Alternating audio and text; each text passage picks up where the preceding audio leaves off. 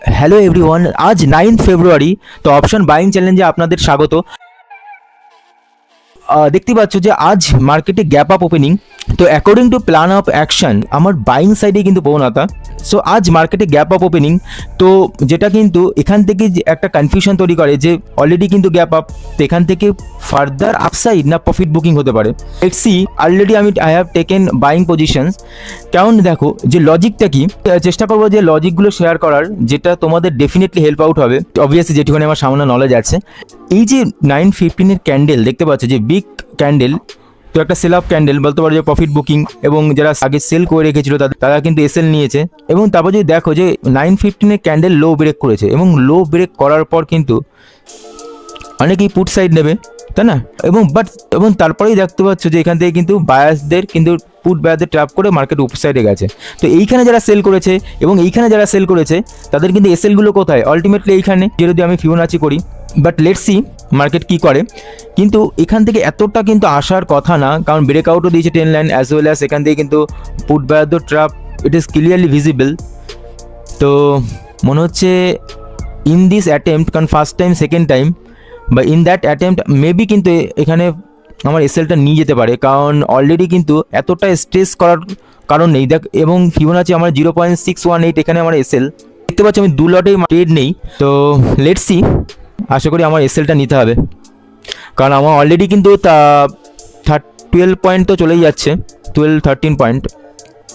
আমার 0.618 যেটা আমি ফিবোনাচিকে আমি লাস্ট আমার এই পর্যন্তই আমার রাখবো। ওকে, তো আমি এসএল নিলাম। তো আমি সেকেন্ড ট্রেড নিলাম। এগেইন দেখতে পাচ্ছ যে সেম স্ট্রাইক প্রাইসে আমি কিন্তু 25,750, এটা আমার আগেই ছিল। দেখো এখানে আমাদের এসএল হিট করে কিন্তু এখান থেকে মার্কেট আবার কিন্তু মানে এসএলটা হিট করার জন্য মার্কেটে আমার এসেছিল। তো 618 পর্যন্ত স্ট্রেচ করেছে, বা থার্ড টাইম মার্কেট দেখেছো, মার্কেট সেই গেল বাট এসএলটা হিট করে গেল। সো এটা মার্কেটের নেচার। সো আমাদের হাতে কিছুই নেই। তো দেখা যাক এই ট্রেডে কী হয়। তো এই ট্রেডে আমার অলরেডি দেখতে পাচ্ছ যে আমার লসটা রিকভার হয়ে, মানে লসটা রিকভার হয়নি, তো এখনও আমার ওয়ান কস্ট টু কস্টই রয়েছে, মানে লসটা সবই রিকভার হলো। মানে মার্কেট যদি মোমেন্টাম দেখো যে না সেই ধরনের মানে স্পিড নেই, যেটা বিগত কয়েকদিন ধরে দেখতে পেয়েছো। তো আরেকটা কারণ, যে যখন মার্কেটে কিন্তু এরকম একটা মানে ক্যান্ডেল তৈরি করে না, বিগ ক্যান্ডেল, মানে 9:15 মানে গ্যাপ আপ ওপেনিং হয়, তখন কী হয় মোস্ট অফ দ্য কেসেস না মানে রেঞ্জ বাউন্ড হওয়ার চেষ্টা করে মার্কেট। মানে এই একটা ক্যান্ডেলের মধ্যে, অর্থাৎ 9:15 ক্যান্ডেলের মধ্যেই কিন্তু একটা রেঞ্জ ফরমেশন তৈরি করে। তো সেটা মার্কেট করে কিনা দেখি at the end of the day. Market কিন্তু এখন আমার কস্ট টু কস্টই রয়েছে, মানে প্রিভিয়াস ডেজ লসটা রিকভার অলমোস্ট করে কস্ট টু কস্ট আছে। তো এরকম করলে আসলে মার্কেট কিন্তু বেশি দূর যেতে পারবে না। তো আমি কিন্তু এখান থেকেই চেষ্টা করবো যে 0.5 অলমোস্ট চলে আসছে 25,850, যেটা 0.5 ফিবোনাচি লেভেল অনুযায়ী।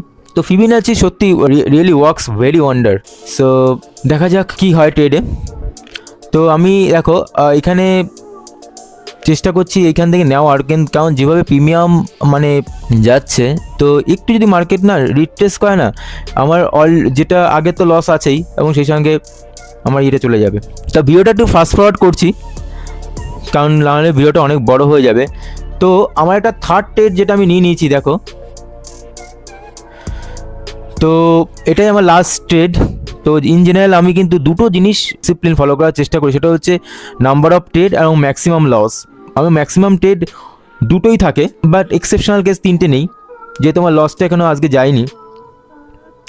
তো এই ট্রেডে আমার দেখো এখানে যেটা বলছিলাম যে সেকেন্ড ট্রেডে কিন্তু বারবার এখানে রেজিস্ট্যান্স ফেস করছিল, যে মার্কেট কিন্তু কিছুক্ষণ টাইম স্পেন্ড করার পর দেখো 3বার, মানে এখানে ট্রেড নেওয়ার লজিক কি, যে এখানে 3 টাইমস কিন্তু বারবার রেজিস্ট্যান্স করছে, এবং সেখান থেকে কিন্তু দেখাই যাচ্ছে যে ক্লিয়ারলি যে বায়ারদের কিন্তু ডিফিট হচ্ছে, এবং সেলাররা কিন্তু হাবি হচ্ছে। তো সিম্পল প্রাইস অ্যাকশন এবং ফিবোনাচির খেল।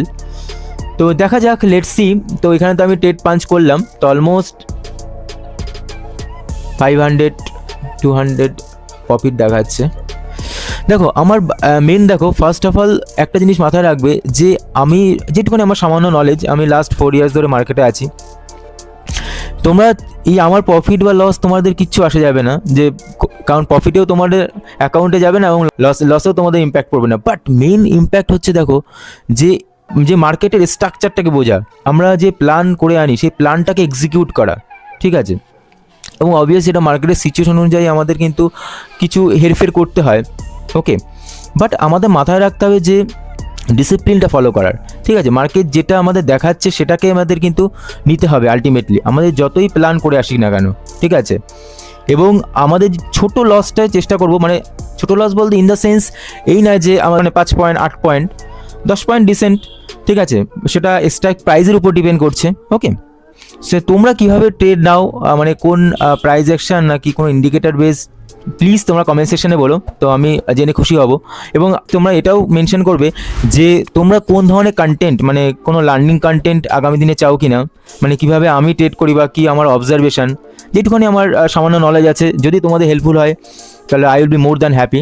তো যাই হোক, এই ট্রেডে তো লস হচ্ছে, হ্যাপি তো নই, তো যাই হোক, কিন্তু মার্কেট এতটা স্ট্রেস করার কারণ নেই। দেখো মার্কেট কীভাবে ট্র্যাপ করে, এইখানে সেলিং আসলো, দেন এগেইন কিন্তু মার্কেট কিন্তু পুরোটাই মানে রিবাউন্ড করে গেল, দেন এগেইন সেল অফ হলো, মানে পুট বায়ারদের অ্যাট্রাক্ট করলো, দেন এগেইন কিন্তু দেখতে পাচ্ছ ফিবোনাচি অনুযায়ী পুরো 0.5 চলে গেল, মানে যেটা কিন্তু বলা যায় যে আমার এখান থেকে এক্সেল নিতে হবে, কিচ্ছু করার নেই মার্কেট, কারণ এতটা রিটেস্ট তো করার কারণ নেই, কারণ 3-4 টাইমস কিন্তু এখানে মানে রেজিস্ট্যান্স ফেস করছে, কিন্তু মার্কেট তাও নিচে তো নামছে, বাট এগেইন কিন্তু মার্কেট টুক করে উপরে উঠে যাচ্ছে। তো আমার অলমোস্ট দেখো আমি না এখানে একটা জিনিস করেছি, মানে কোয়ান্টিটি বাড়িয়েছি, মানে একটা কোয়ান্টিটি বাড়িয়েছি, দেখতে পাচ্ছ 195, দুটো লট থেকে আমি 3টে লট নিয়েছি।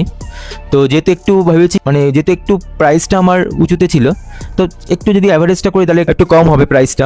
তো যাই হোক, মার্কেট তো দিচ্ছে, হয়ে যাবে, মানে কারণ অলরেডি মানে 15 থেকে 18 সেলিং ক্যান্ডেল, বাট মোমেন্টাম তো দিয়েছে ভালোই। তো লেটস সি, তো এখান থেকে যদি ভালোভাবে যাই, এখানে আশা করা যায় যে এই যে আমার টার্গেটটা 0.5 0.6, আমি বেশি এক্সপেক্ট করছি না, বাট এইটুখানি হলে মোটামুটি হয়ে যাবে। আমি খুব একটা আজকের দিনের জন্য এক্সপেক্ট করছি না, যেভাবে মানে মার্কেট রেঞ্জ বাউন্ড হওয়ার কিন্তু প্রবণতা as per my knowledge, but market always makes us surprise, তো সেটা মার্কেট তো সেটা করেই থাকে। আর তোমাদের কাছে রিকোয়েস্ট, প্লিজ তোমরা কিন্তু ভিডিওটাকে সাবস্ক্রাইব করো যদি তোমাদের ভালো লাগে ডেফিনেটলি, আর মাস্ট তোমরা কমেন্টে জানিও তোমরা কি জানতে পারছো ভিডিও থেকে, বা যে লাইভ ভিডিও থেকে অ্যাকচুয়ালি কী হয় যে মার্কেটে ভাইবটাকে বোঝা যায়, তাই না। এবং তোমরা কিন্তু আগামী দিনে কোন ধরনের ভিডিও চাও ডেফিনেটলি সেটা একটু মেনশন করো, আমি লার্নিং কন্টেন্ট করার চেষ্টা করব, যেটা আমি ফলো করি, সিম্পল প্রাইস অ্যাকশন এবং অবজারভেশন যেটা, এবং কিছু ইন্ডিকেটার ইউজ করি, মানে যেটা তোমাদের হয়তো বা হেল্পফুল হতে পারে, কারেক্ট। মানে মোমেন্টাম অনুযায়ী এতটা কিন্তু মার্কেট মানে হোল্ড করার কোনো কারণ নেই, যেভাবে সেলিং প্রেশার আছে, এবং নাম্বার অফ টাইম যদি দেখো 1 বার 2 বার 3 বার 4 বার মার্কেট কিন্তু উপর থেকে রেজিস্ট্যান্স নিচ্ছে, এবং ফিবোনাচি লেভেলও আছে, ঠিক আছে, যদি দেখো ক্লিয়ারলি। তো এইখান থেকে যেভাবে সেল আপ হয়েছে, এখানে কোনো পুট বায়ারদের কিন্তু এন্ট্রি দেওয়ারই কিন্তু কথা না, কারণ অলরেডি কিন্তু ম্যাক্সিমাম টাইম দিয়েছে বাই করার জন্য, এবং মার্কেট এখান থেকে ইজিলি চলে আসার কথা। তো মার্কেটে আমি এক্সিট করাটাই বেটার। সো অলরেডি আমি এক্সিট করেছি ট্রেড থেকে, তো মার্কেটে খুবই ডেড মোমেন্টাম। তো আমার এক্সপেকটেশন অনুযায়ী 0.5 এই লেভেলটা ছিল, তো তার আগেই আমি এক্সিট করেছি, যেভাবে মার্কেটে মোমেন্টাম, তো কনফিডেন্স আসছিল না, তো ইটস বেটার টু এক্সিট, কালকে দেখা যাবে। তো 1300 কাছাকাছি প্রফিট। So thank you so much for watching this video. Okay, bye bye for now.